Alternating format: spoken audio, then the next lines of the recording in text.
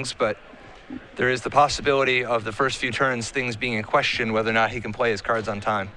So both players keep 7. Ryan, our junk mid-range player, our second overall seed, he's going to start off with the Temple of Silence. Josh, meanwhile, without the Thoughtseize opening. You have to imagine that if Ryan is able to take game 1 here, he's a pretty substantial favorite to win the match.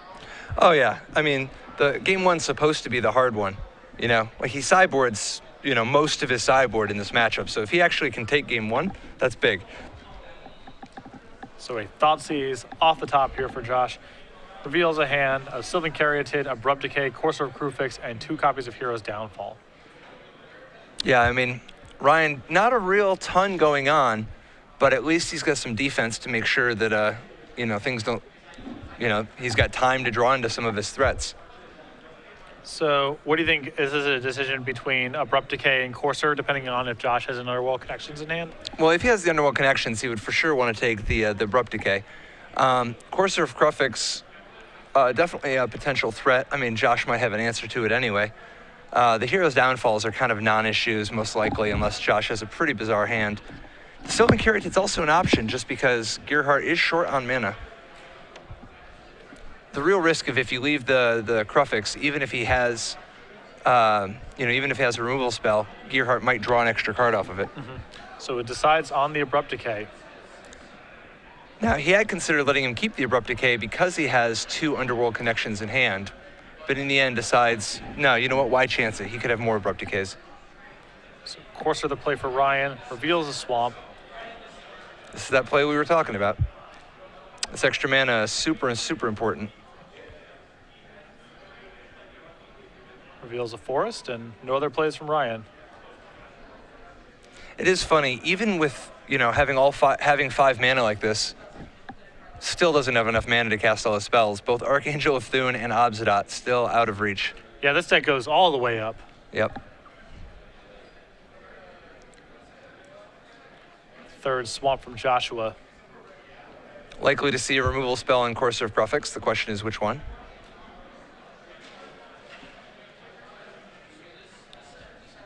And debating between that, maybe deploying Connections this turn, maybe just Thoughtseizing, but I would err on the side of just killing the Courser.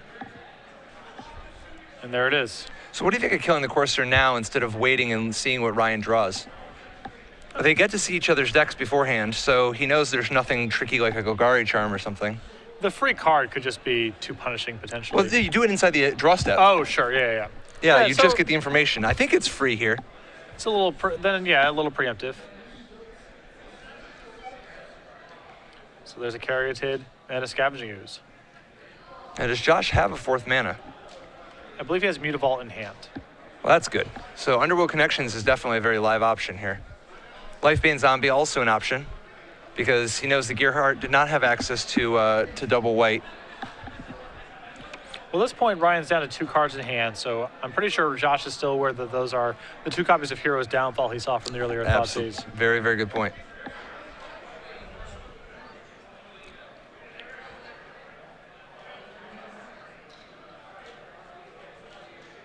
Underworld Connections it is. There it is. He's going to give up a turn here of getting hit to try to get his Connections online. If there's one thing I have learned, it's that having Underworld Connections is where it's at. Certainly when your light total isn't under that much pressure, it makes everything a lot easier. Yeah, plus you just get stuff done that way. Ooh. I believe that was Elspeth off the top there for Ryan. Talk about shifting the game around. Absolutely. We're talking best possible draw type of time.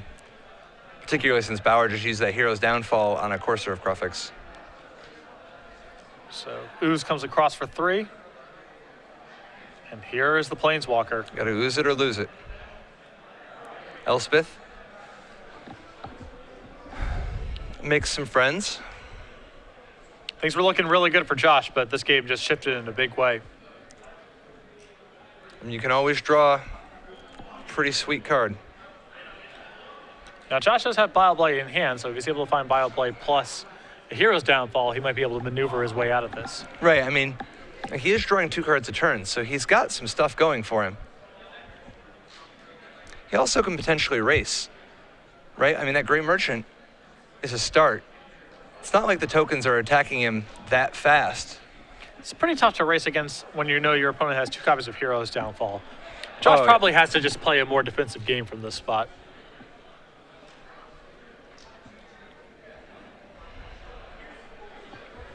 Yeah, particularly since he wants to, I mean, he really does want to draw some extra cards off of the connections here. So there's Bio Blight on the Scavenging Ooze. Taking an opportunity to kill that while the getting's good. Makes sense. Another Gray Merchant. I mean, there's a plan developing. I'm telling you, he's got this Mutavault for defense. He's got a couple of Thoughtseizes if he ever actually wants to go after the Hero's Downfalls. So he decides to go ahead and take one. I think this is a little bold. I mean, the prospect of blocking prevents so much damage. Yeah. His life total is not, you know, like, he needs that for the connections. Maybe he just assumes that the Gray Merchants are going to be able to catch him up. This is a pretty sweet match. Eventually, though, he's going to need a plan to not die to Elspeth's ultimate. I mean, obviously, Bile Blight goes a long way, but, I mean, eventually, that's going to be a problem. Yeah. Especially if Ryan is conservative about using the ultimate. Yeah. So there's another plus from Elspeth.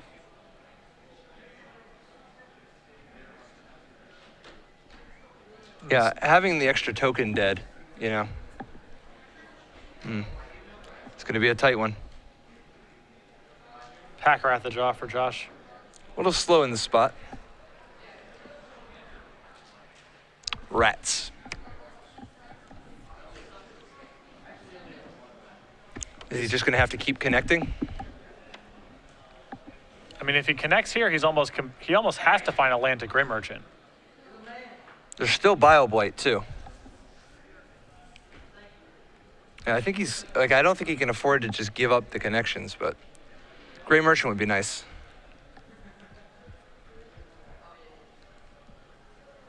Yeah, it's possible that he has to just play this game to fend off for as long as possible on the assumption that he's going to draw Hero's Downfall to get out from under this Elspeth. Yep.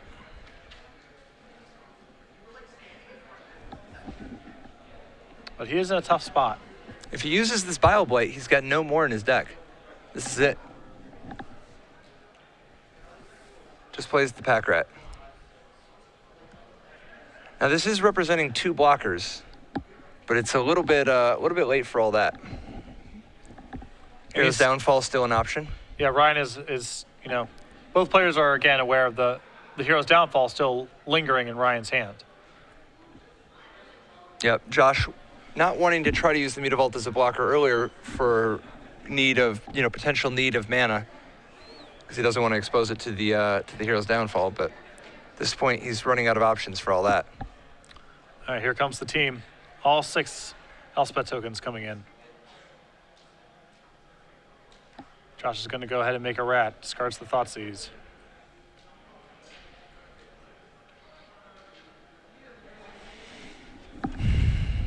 Do you let him block? It seems that if Josh is going to double block, and you're going to use your Hero's Downfall for sure, you might as well Hero's Downfall before blocks. Yep. Because if your Hero's Downfall before blocks actually talks him out of blocking, Yeah. then it wasn't necessarily right for him to be blocking in the first place. And you knock him to 1, which means that he can't untap and use Underworld Connections. Yep. It looks like Ryan's drawing the same conclusion here. Going to go ahead and Hero's Downfall the Pack Rat.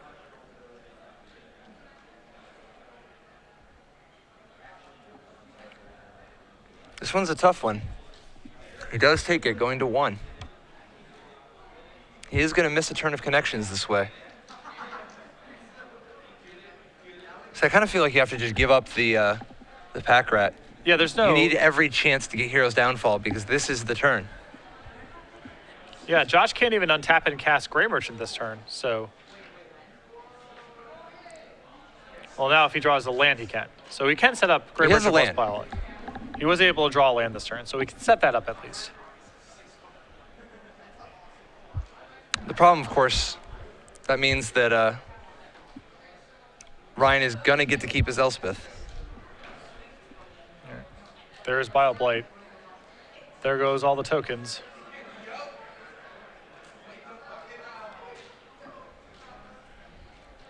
And we do see Great Merchant. It's a drain for 5. Great Merchant, the Pack Rat token, and the Underworld connections. Something, you know. With another Great Merchant in hand and connections. The problem is he has 0 more Bioblights in his 75 or in his 60, meaning he is he's going to have to do this one the hard way. At this point, we are racing. And there's a Thoughtseize off the top for Ryan. That gets rid of the Great Merchant. Josh seemed like he was trying to sculpt the game to get to this point, and now that's a huge problem. And what is Elspeth at 8? It is now at 8. I mean, that's lethal. That is lethal on board. Josh can still find Hero's Downfall.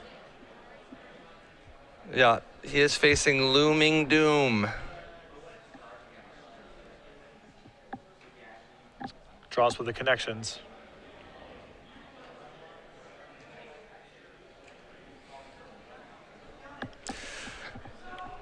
Devastating. The Thoughtseize and the Great Merchant bought him took 1 turn off, you know, sped the clock up by a full turn. This is really important when your opponent's drawing 2 cards a turn.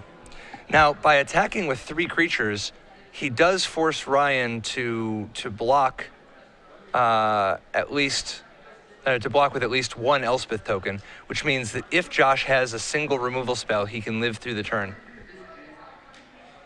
Which, even if he doesn't have a removal spell, he can represent the removal spell to see if Ryan is willing to cash in the Elspeth. You know, are you willing to go all in with just 2 tokens? Because that would be a risky play on Ryan's part. A single removal spell, and suddenly, you know, you're down to just 1 3/3. Yeah, well, if that's the case, then how do you feel about chump blocking in the first place? Maybe you just let the one thing to come, you allow the Pack Rat to come through and just put your Sylvan Caryatids in front of the 2-power attackers. That's a good point.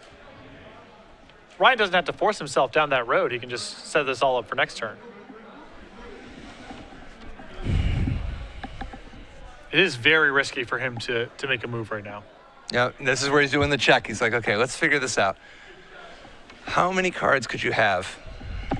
This is where you just got to open up a man's soul and take a look at it. See what he's working with.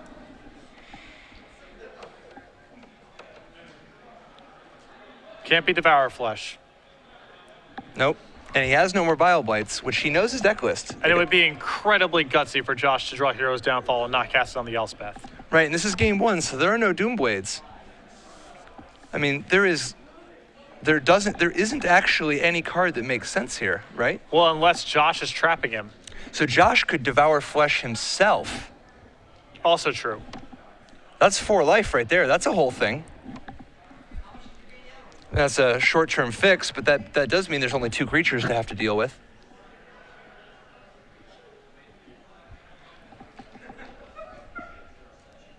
Will Ryan pull the trigger here? That would be pretty unreal to have the Hero's Downfall. Yeah, that is a trappy play right there. That is, I mean,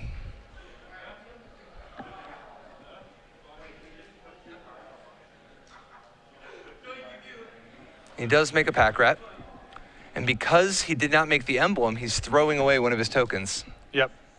But I think he's happy to just test the waters here. He can plus Elspeth again. Go for it next turn. Yep. Josh has got 2 draws left. He bought himself a small amount of time, but this is it. Could have won right there. Did not want to chance it. It's a risky play. I mean, it's a low percentage chance that Josh has something there. The evidence just doesn't add up, you know? But when you're in that seat, it's still very tough to pull the trigger. And, I mean, he's a big favorite now, so it's not actually even clear if it was worth taking any risk at all. Yeah. Although giving Josh rather more draw steps to find another Grey Merchant is potentially disaster. Yeah, because it's not just a removal spell now. Yeah, because I mean at this point, all the rats and I mean this is becoming a problem. Like Ryan can't really do much beyond this Elspeth.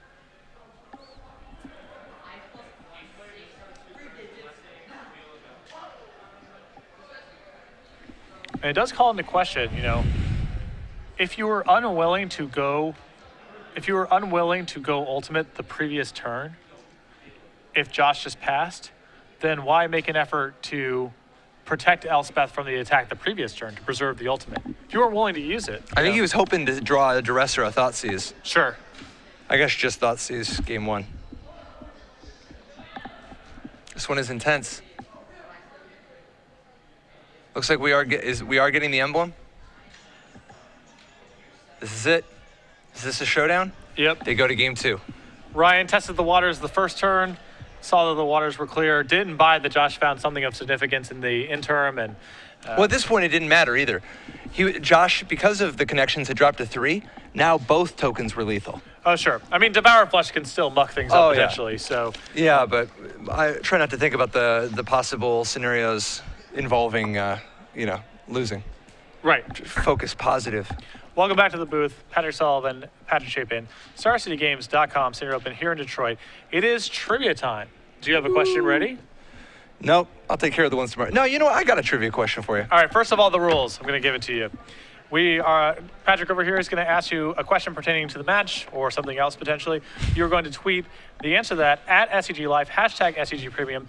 The winner will be drawn at random among the correct answers for 3 free months of Star City Games premium content. It is about accuracy and not speed, so don't worry about being the first person to respond, just respond accurately. Also keep in mind that this giveaway is solely at the discretion of StarCityGames.com. Twitch.tv is in no way affiliated with this giveaway. Yeah, that's what our lawyers say.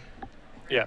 So the question is, for 3 months of SCG Premium, who is the first player from Michigan to win a Pro Tour, and why is it Mark Herberholz? Tweet at us at, you don't actually even need the why either. Just if you can tweet at us, and man, I hope that's actually right too. Otherwise, you know what? Let me give it that. Yeah, it's too late now, right? Like that's the trivia question. Is that a trivia question? Spell his name correctly, and you can win 3 months of SCG Premium if you get drawn. If you use Google or something like that, you're only cheating yourself. This is Pro Tour Honolulu. Oh, you're gonna give it away? Well, they have to find his name now, and it's not intuitive spelling. Spell Mark Herberholz's name correctly. Tweet your answer at SCG Live, hashtag SCG Premium. The winner will receive 3 free months of Star City Games Premium. Again, remember, this is just Star City Games doing this, in no way affiliated with Twitch.tv. One of the 10 greatest deck builders of all time as picked by his peers, as you can read about in Next Level Deck Building.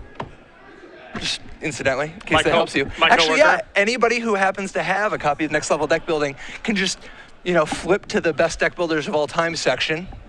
Find a little spoiler right there. It might be 3 months of free premium that way. Available for sale right now on StarCityGames.com. If you hurry, they might just ship it to you in time to win the trivia contest here. All right, so again, I doubt it.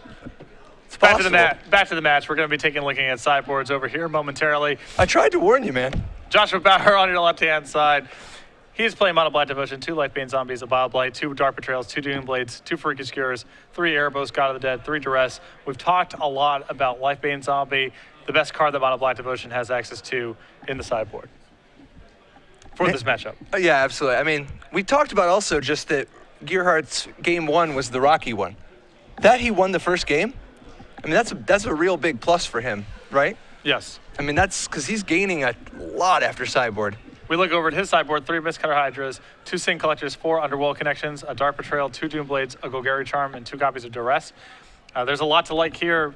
Duress is, of course, great at answering Joshua's plethora of spells, especially Underworld Connections. He can bring in his own 4 copies of Underworld Connections to try to play a card advantage game. A Dark Betrayal, of course, great against Mono Black Devotion. 2 copies of Sin Collector, another anti-spell card, and a Golgari Charm gives him a way to potentially regenerate his own creatures, or most notably, blow up one of Joshua's Underworld Connections. And you know what? Honestly, it's not even clear to me that Gerhart isn't going to just, want to get funky with it.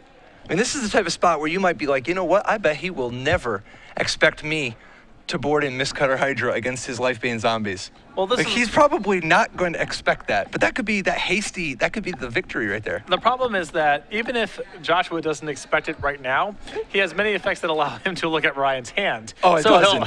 He'll eventually be able to anticipate it's coming 8 of Which those is why 12 he of- will definitely not expect you to board that in. Yes, it is definitely the path less traveled.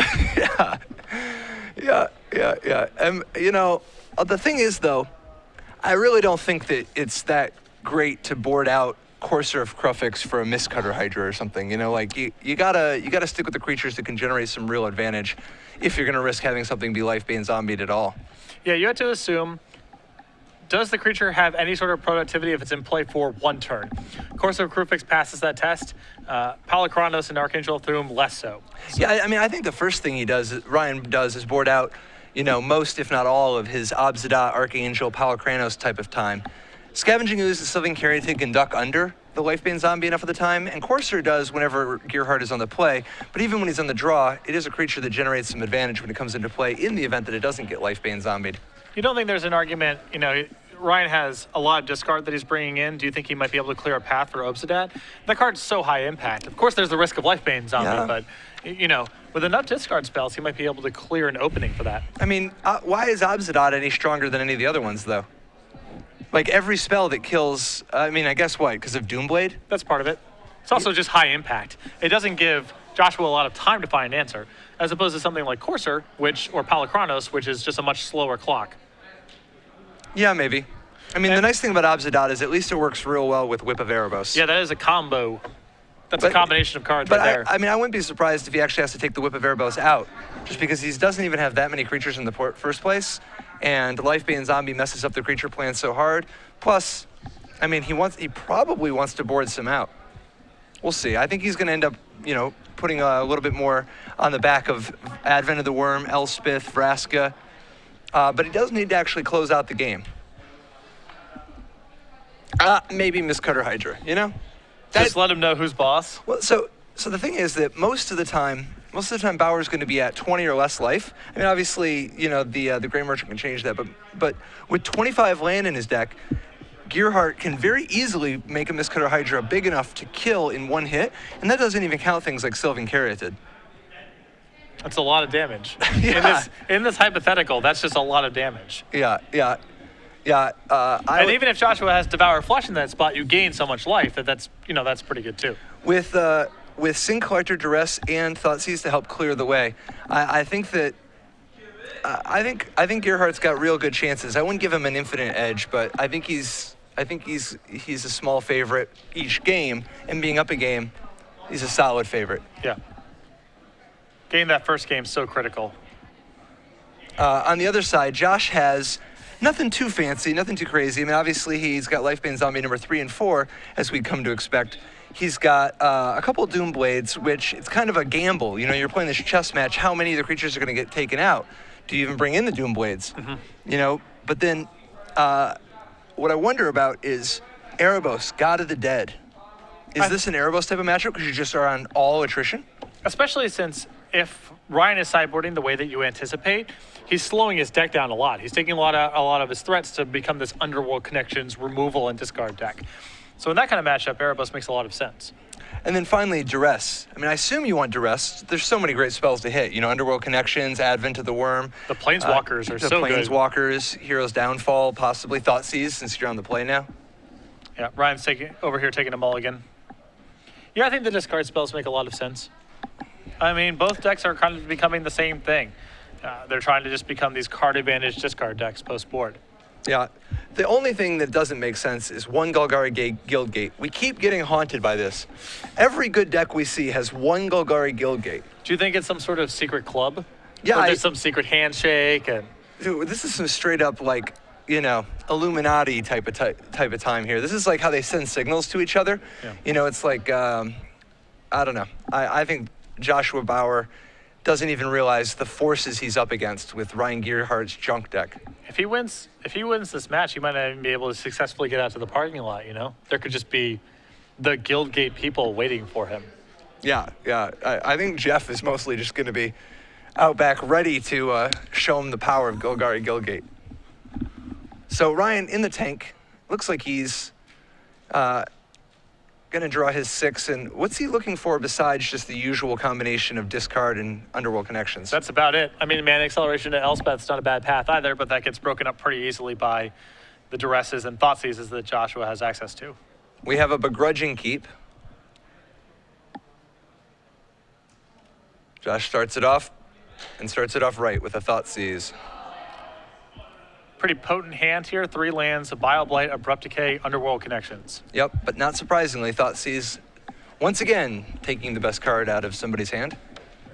And allowing the other player to play the game with a ton of information. Yep, with a very fair price of 2 life attached to it. Many of Magic's worst mistakes are the designs that have life loss as an arbitrary cost tacked on. Some of the obvious ones, like Force of Will, Necropotence. Fetch lands. Fetch lands, absolutely. So I don't think it's fair to call those the worst, though. I mean, you have to remember, Bridge from Below Oh, yeah. is a Magic card. Right. Well, Sort of. Technically. It's technically a Magic card. Technically.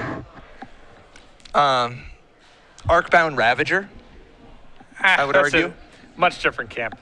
I think it's a much worse mistake. There are mistakes in different ways. So, Abrupt Decay taken from the turn 2 Duress, leaving Gerhart with just some creature removal. So Joshua doing a very good job of setting up a path here for Underworld Connections. Or Erebos. Yeah, one of those 2 cards to take the game over. Gerhart, not really a ton he can do at the moment besides just play some land, hang out, and chill. He's got to wait for something good to do, you know? His own connections, ideally. Yeah, absolutely. Scavenging Ooze comes down. Okay.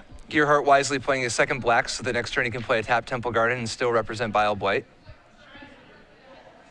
He's at least got a little something going now, and Joshua does have the connections. So it was really important this turn for Ryan to have some pressure. Looks like Hero's Downfall enchanting Swamp.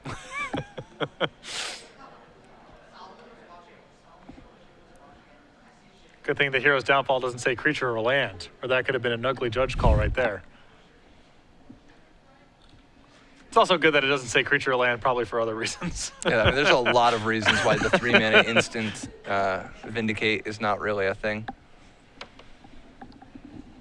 Scavenging Ooze gets in there. The business in the deli, as Jerry Thompson would say. I didn't know that was an expression. Absolutely. I mean, sometimes you give them the business. Other times you give them the deli. Okay. It's nothing. It's mostly just businesses and delis in this league, but it's always one or the other. Sometimes you give them both. Do you ever give them neither? Well, when you give up, Sure. but we don't give up. There's a downfall on the Scavenging Ooze. Joshua passes with Underworld Connection still at the ready. And it looks like we do have an update. Simon Stahl playing blue-white control, as expected, comes out ahead against mono blue Devotion. Yeah, Jake Strzelski quickly dismissed 2-0. Not a big surprise there. Tough matchup for Blue Devotion. Absolutely.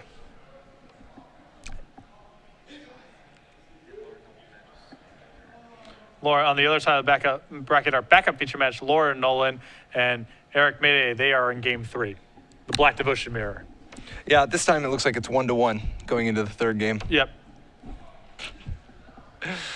Could be 1-0-1. Sure. That's a thing. That's the thing. So Josh has been continuing to keep the threats off the table. Now that he has Underworld Connections going, I mean, this is slipping away really fast, right? Yeah, Ryan can defend himself for a while here, but the problem is that Joshua is just happy to run him out of cards. Doesn't really even matter what the text on the cards is, and take over the game with the connections. Here's an Advent at the end of the turn. That's a valuable draw for Ryan as well. Yeah, he does need to draw us an answer to the demon, though. Oh, he does have the Hero's Downfall we know about from earlier. So this is actually, not the worst. At least he's putting some serious pressure on Joshua's life total. He's at least directing the game in a place where Elspeth off the top really matters. That's all you can really ask for, given that he mulliganed. Yeah, that's what he did last game. Yep. He mulliganed, and, Joshua's had a great start here, but Ryan's at least playing the game to a position where he has big draws. Absolutely. This is not the hardest position for Josh to get out of. I mean, he's already got plenty of answers, but what he needs to do is conserve that life total a little bit. He can't just be throwing stuff away recklessly. Do you think it's possible that Demon was a little hasty? No, I think that was a fine play that turn. You can't just assume he drew Advent of the Worm Correct. every turn. if Joshua plays around Advent every single turn, that's going to seriously contort his play. And it's not even game over if Ryan has it there. It's just a little bit bad. A little bit punishment. Yeah. Takes one on the jaw. Read the bones, a nice solid draw here. So I'm trying to catch up a little bit in the card advantage fight. A very little bit, but some. So Ryan just trying to figure out how he wants to tap his mana here.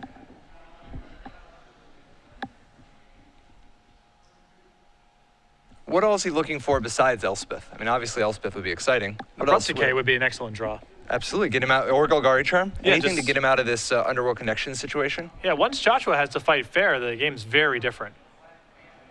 Looks like a land and a Thoughtseize, neither of which are Abrupt Decay or Golgari Charm. Yeah, Ryan is just digging for an answer to this connections. Or an Elspeth, that's what he's looking for. Vraska wouldn't be bad. Nope, Frasco would not be shabby. And on the other side of the bracket, our backup feature match, former Invitational champion Lauren Nolan. He wins 2-1. He will be advancing to the semifinals. Told you, he's on a tear. That's what the trivia question should have been. Who's on a tear? Who's going to win this tournament? But then we had to wait until the tournament's over to give out the trivia contest winner, and that sort of delay it's not good for coverage for a couple of reasons. Yeah, if you want to, wait until the real world catches up. No, who knows? Like obviously there's a lot of universes, a lot of possibilities. And if someone can see in the future, then that's just an enormous edge. Definitely. Or if they know to believe people who can. Right. Desecration Demon here for Joshua. That's going to be met very quickly with a Dark Betrayal. Gerhart's been doing a fantastic job of staying in this one for a guy who's dealing with who's facing an opponent drawing literally twice as many cards as him. And Vraska off the top, this is one of the cards you mentioned. Absolutely, with no creatures in play, so that Vraska has the potential to continue to tick back up. It's not even clear to me this isn't better than Elspeth. Yeah, for sure. I mean, this is a big, big, big play. Very, very powerful. Josh, one more for the road. And now the fact that his life total is in some danger here. Again, Ryan with no board, but there's a lot of big draws he has access to. Now Advents, Elspeth, all very dangerous draws. Oh yeah, absolutely. And if he doesn't get something going, I mean, at some point, 3/1/1 snakes, with some text, that's a pretty threatening. Some text? They win the game. They Only literally when they bite you. They literally win the game. It always bothered me that Vraska's tokens didn't have Death Touch. I know. They seem like they would have Death Touch. They're assassins, right? Mm-hmm. That's what an assassin does. It kills things it gets into contact with. Yeah. I mean, Phage had Death Touch. I feel like the assassin should too, but maybe there just wasn't enough room on the Vraska. It is a mouthful. Yeah, I've heard that. Erebos deployed. Erebos sort of serving as a backup connections. The problem being, of course, Josh has got tops 2 cards until he starts Gray Merchanting. Yep. Perhaps trying to threaten turning Erebos into a creature next turn. This looks like one of those goofy, weird Necro games where they're like Necroing for 8, Necroing for 7, and they end up discarding a bunch of cards because they just were desperate early because they missed some land drops, and now their life total is completely gone. They blew up their Necro with Disc, but they're just at a super low life total. Yeah. Or they just use connections for those of you who don't know the 1994 references all that well. Sorry, 96. It's more of a 96 thing. Necropotence? Necropotence was more like a 1995 thing, a 1996 thing, a 1997 thing, a 1998 thing. And if you were into like modern, I mean, Necropotence carried on for quite a few more years after that. Yep. So. Right now, Necropotence is busy being one of the 5 best cards in Magic in a format that doesn't see as much play on camera. Vintage. So Ryan, with his own connections, uses it to draw a card and finds a Sylvan Caryatid, which he can cast. So he does have Hero's Downfall, so at least he can get out from under the Vraska. But his life total is becoming dangerously low. Yeah, there's not a ton more to it beyond deciding at what point do you have to just suck it up and play your Grey Merchant. Yep.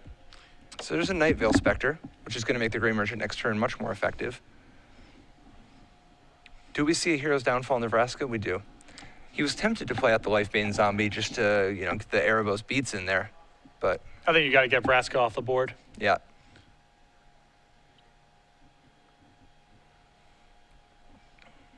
Temple off the top.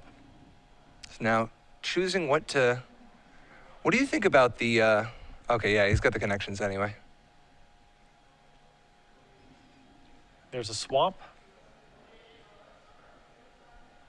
Things are going real well for Josh. I mean, obviously he's got a low enough life total that, things could get crazy. Like imagine if Gerhart had an Advent of the Worm here. Things could get crazy in a hurry, but I think next turn Josh is gonna be sealing the deal with the Great Merchant. It's going to be a big one. Let's see if there's anything that can tempt him to do otherwise, or potentially sweeten the pot. Well, the big thing is it also turns on Erebos, so there's a ton of upside here. And yeah, Erebos is into the wild Gray Merchant type of stuff. Here's This a Gray is Merchant. for 6. And it's not trivial how low he's got Ryan down to. No, not at all. With Erebos getting in there, I mean, the Sylvan Caryatid probably has to block here, but you got to make sure that you're maximizing your outs. So there's a chump block here. Night Veil Spectre is going to trigger. Finds a Thoughtseize. Ryan's got to be pretty happy with that. Not drawing that next turn. Definitely.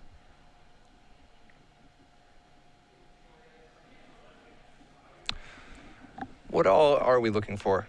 Elspeth, obviously, as always. Anything else? I mean, the Read the Bones is gone. Vraska's gone. Does Advent even help him? Not really, It's no. too late for all that, right? He's facing down lethal next turn from this attack, so I think we're looking at Elspeth or bust. I think I've narrowed it down to, I guess there's still connections. And he wisely scries first. One more Real shot solid, at it. real good, tight technical play by Ryan Gerhart this whole tournament. There's another connections. The problem is at this point you've run out of mana, Yeah, you cannot spin your wheels one more turn this way.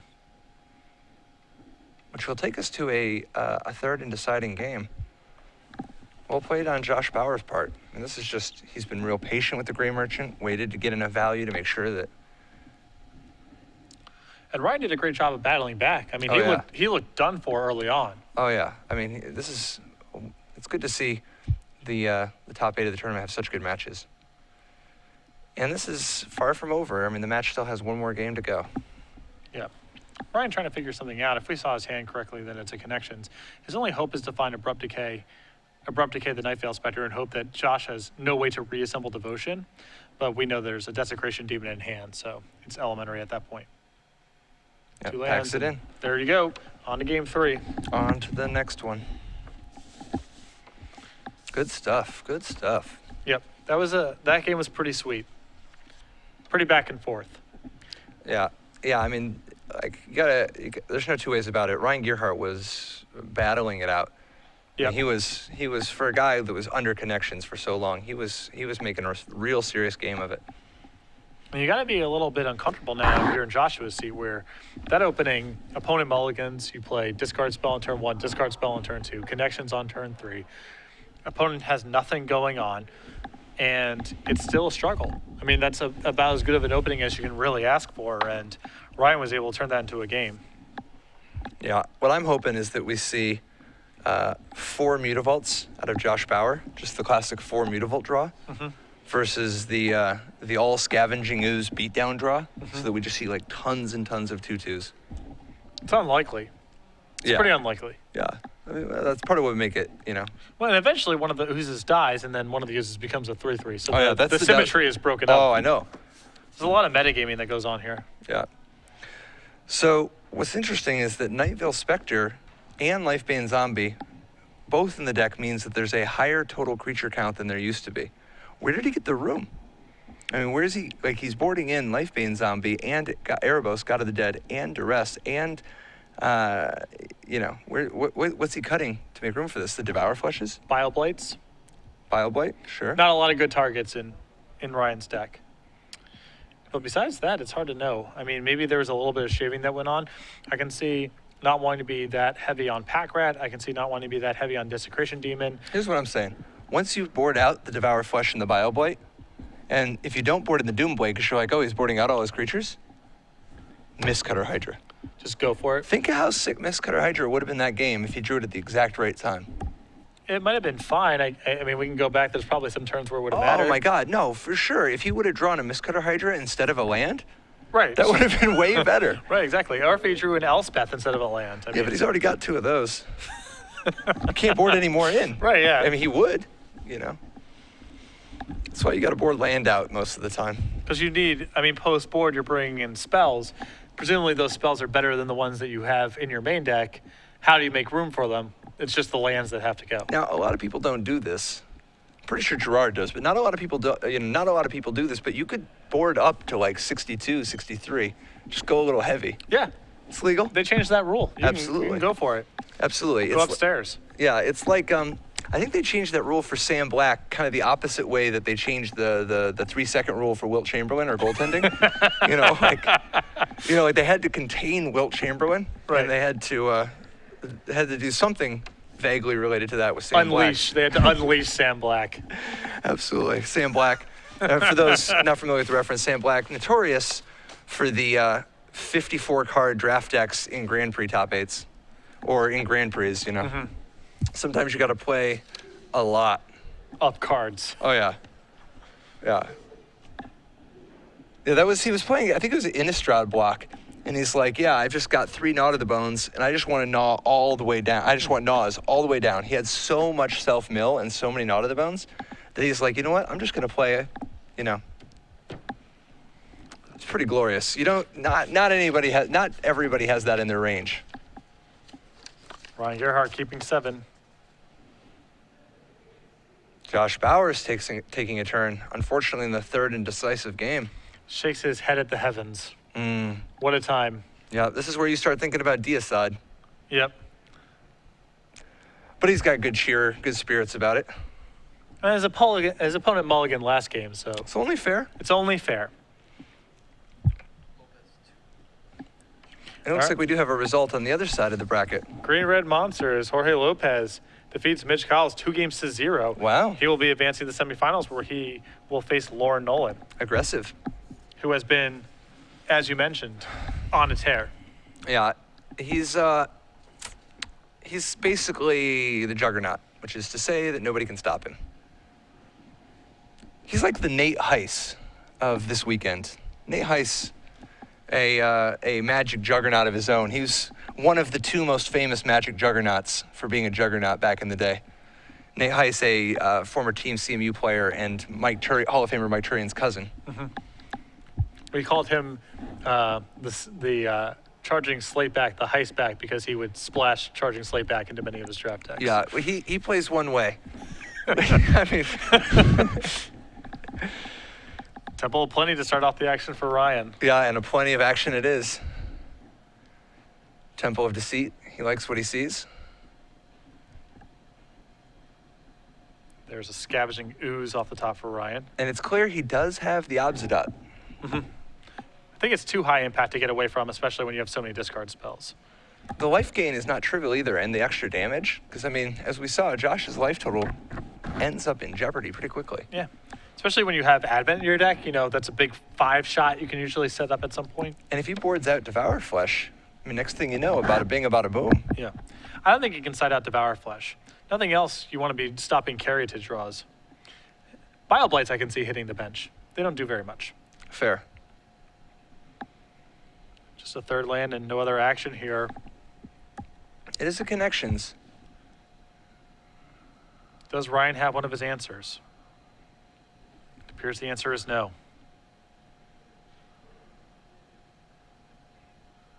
The Scavenging Ooze beatdown continues. So a Temple. Curious to see, there is an Ooze in Ryan's hand right now. Will he play into the possibility of a Bioblade? Does he respect the possibility that's still in Joshua's deck? Scavenging Ooze gets in there. He does decide to keep the Abrupt Decay on top. I like it.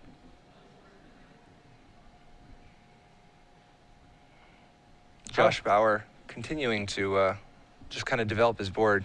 You know, the first few turns, like he's drawing extra cards, but he doesn't really have enough mana to really put his deck into high gear yet. There's a Desecration Demon. And this is going to open up a big window here. Absolutely, and not getting that one last card before it gets Abrupt Decayed. Well, if he's lucky, it'll just be Abrupt Decay. We could be looking at Obsidian this turn. Yeah, which is an extra 4 because this is a window where you get to, you know, for sure do it and phase it out. Yep. That's pretty good. With Devour Flesh Insurance, I mean, this is a great spot. When your opponent has 4 Lifebane zombies in the deck, I feel like you just need to cast it when you have these good windows. Yeah, I think this is just too good of a spot. I mean, besides, like, the amount of pressure you'll be putting on him, and it's just one more card. What's one more card? It's not better than Obsidian, I'll tell you that much. No. This is about to be the BBE. The biggest beating ever. Well, maybe not. I don't know. He's looking at that Abrupt Decay. This is like one of those Ben Rubin type of situations where you just gotta slide that card to the back, hide that card Hide it from yourself. You cannot be trusted with this level of responsibility right now. Absolutely. Cannot resist the Siren Song. Abrupt Decay. It's gonna play a control game. Scavenging Ooze gets in there. Gonna presumably remove the Desecration Demon. That's gonna be an extra point of damage. And because of the land he played the previous turn, he does not have the mana to play another Ooze. Although it's possibly just wouldn't want to, respecting Vile Blight some more. There's a Duress off the top. Thank goodness it's not a Lifebane zombie. Yeah, I mean, this sequence is much better if you knew that he was drawing Duress. Huh. I guess that's why he's up there. And I'm in here hanging out with you. Yep. Now a Desecration Demon is follow-up. He knows the coast is clear, but it's interesting because by tapping out, he once again gives Ryan the for sure 4 from Obsidian. Gotta land the Ghost Council here. And here's Obsidian. Yep. I think, well, it is important to phase it out. It is even more important to phase it back in. Yeah. They're both really important, but one is much more important than the other. Yeah. So, Obsidian, going on vacation.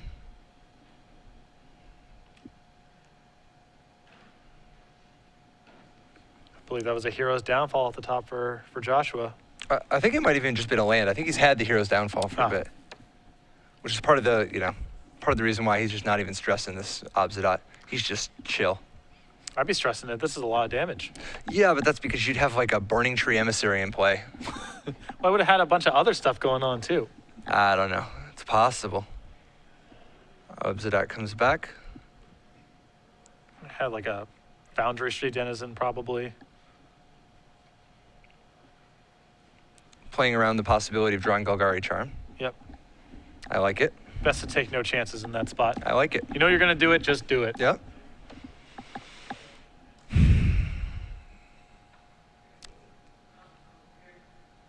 Vile Blight, the draw for Ryan. Not an A+ card in this spot. Both Abrupt Decay and Vile Blight struggling against Desecration Demon. And now with the ability to get the Scavenging Ooze up to a 4/4, I suspect we're going to see Ryan deploy his second Scavenging Ooze this turn. Could not agree more. Vile Blight is no longer a consideration. And in theory, that was the one thing preventing Ryan from deploying the second Ooze in the first place. Yes, sir, Bob. Any chance of a defensive Desecration Demon? No, he's still got life to play with, and he does need to close the game out with these creatures. Makes sense. Besides, he's got a great merchant in his hand, which will buy him some time and really punish Ryan if he's taking big 6-point chunks out of his life. Yep.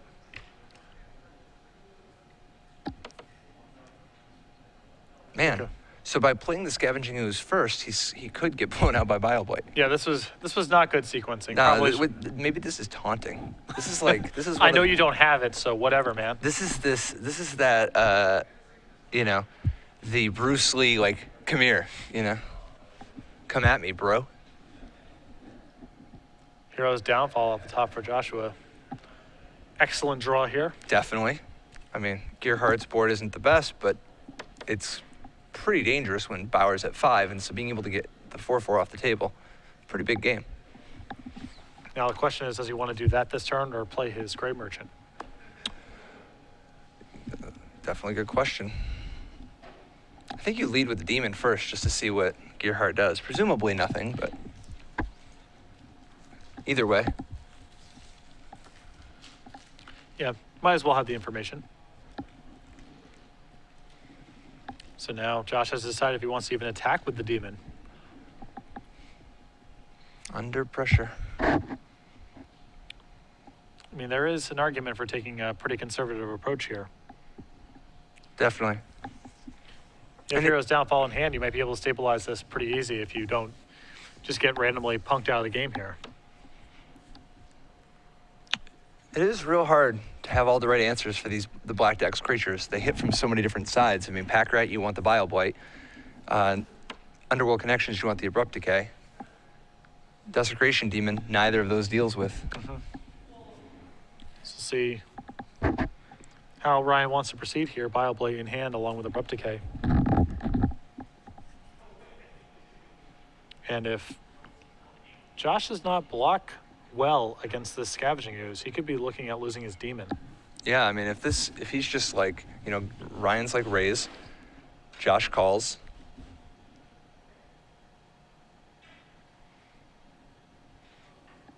So, Does he call? He's deciding whether or not to call, because this is kind of a maniac attack if you don't really have it. Yeah. And Josh's life total is low enough that the odds that he's just bluffing here have to be extremely low. I mean, But he could also take into consideration that he would know that. So maybe this is free, because it's just inconceivable that anybody would be that maniacal. I mean, he's even separating his lands right now to cast Bile Blight. I love it. This is real magic. This is that Wild West, you know. There's like a whistle, the two of them, you know, like the tumbleweed blowing through the center of town. It's high noon. This, my friend, is the showdown. Yep. Put him to the test. Besides, it is a hell of a thing when you have to be the guy who just runs no attacks, no blocks with the Desecration Demon. And he takes it. Right on the chin.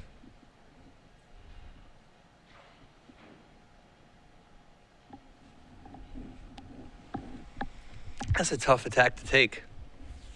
This is a good play, though. It's a real good play. Draws, after deploying connections, draws with it.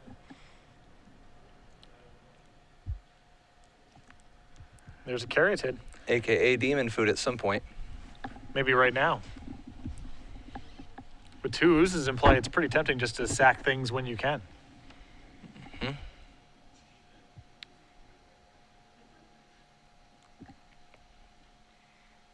Looks like we're announcing a demon trigger. Yeah, now that he has the Underworld Connections, he wants to preserve his life total.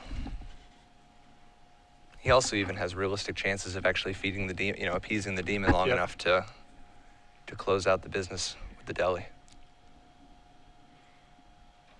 Hero's Downfall and the Big Ooze, a very important play. This means Josh has a lot more breathing room. The problem, of course, that Underworld Connections is going to really start to add up. And all these trades are so good for Gerhart because Ooze is in play. So he gets to gain life and grow his Ooze the whole way through. The problem, of course, being that he has to keep feeding the demon. Like, once you start feeding the demon, it's real hard to stop. Draws with connections. It's a Thoughtseize. Not a totally great draw right here.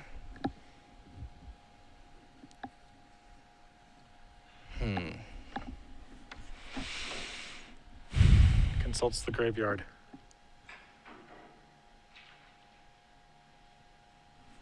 He's got access to Abrupt Decay, Bile Blight, Thoughtseize, a Scryland. How big is that ooze going to get up to? Well, it's a 3/3 with what's in the graveyard right now. 4/4, right? There's an ooze and a Caryatid? Oh, correct. Yeah. So that Grey Merchant can't even profitably lock at this point. And if it chumps, then that's another creature in the graveyard. And he does block. 2 creatures get eaten. both players on the appease the creature with counters plan, effectively giving a +1/+1 counter to the enemy each turn. Temple of Plenty post-combat. Looks at another connections. Wow, it would be real freaking bold to keep a connections here. Yeah, I think you gotta dump this one. That's aggressive. Because how does the game play in such a way that the second connection I is? mean, you got to feed the demon. Like, you could do the math and determine that a second connections makes it more likely that you could actually keep feeding the demon. I don't know. I mean, this is some serious math type of stuff. I don't think it's necessarily crazy. It's aggressive. Like, we're talking like jumping off a bridge. It's not even over water, just jumping off a bridge onto a crowd of people, assuming that they're going to catch you. Like, it's very aggressive. So he decides against, plays a Thoughtseize, reveals a swamp. The 2-life tax, because he just needs to know. So this demon now is lethal next turn. There's a Gray Merchant in the graveyard.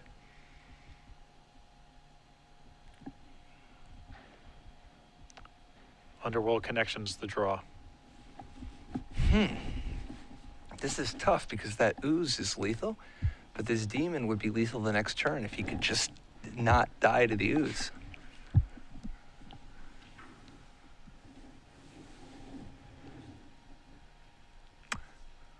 What's kind of sick is that Bile Blight, once again, in a position to kill the demon, because the ooze is going to grow up to a 5/5.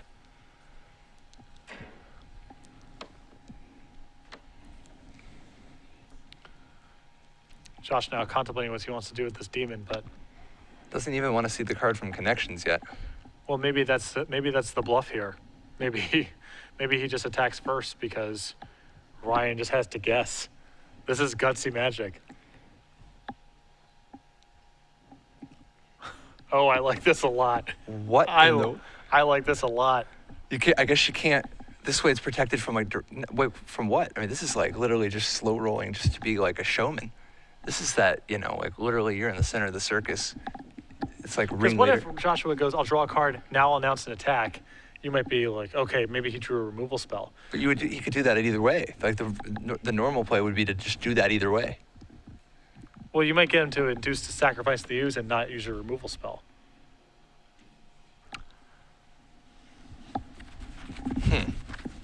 I don't know. I mean, Joshua could just be acting a little hasty here. I think this is just like he's gonna. I mean, what he needs to do is just flip it. Paul Ritzel is a big fan of attacking, drawing a card, not even looking at it and attacking. We're in the same spot right now. Absolutely. Somebody's got to get Paul Ritzel on the phone about this one because this is like. Oh my God, he's just passing. I mean, I guess it starts off the connections. Oh my God. The psychological warfare pays off. Oh my God. Okay, well that was impressive. I mean, Gray Merchant now is a win. Gray Merchant is a win. Gray Merchant would not have been a win if he just drew a card. This is unreal. Okay. Huh. Here we go. Question is there any justice in the world? Now, he didn't just flip it and slam it, which I think means he deserves to not, you know, to have what he has now. Because if you got to just windmill that. All right, he's going to sack to the demon. Which means he no longer has the ability to gain life from the ooze. Oh, wow. That was almost something incredible. There's Lifebane Zombie. And this is going to be a couple removal spells, and that's just going to be game over. Wow, what a match. Wow.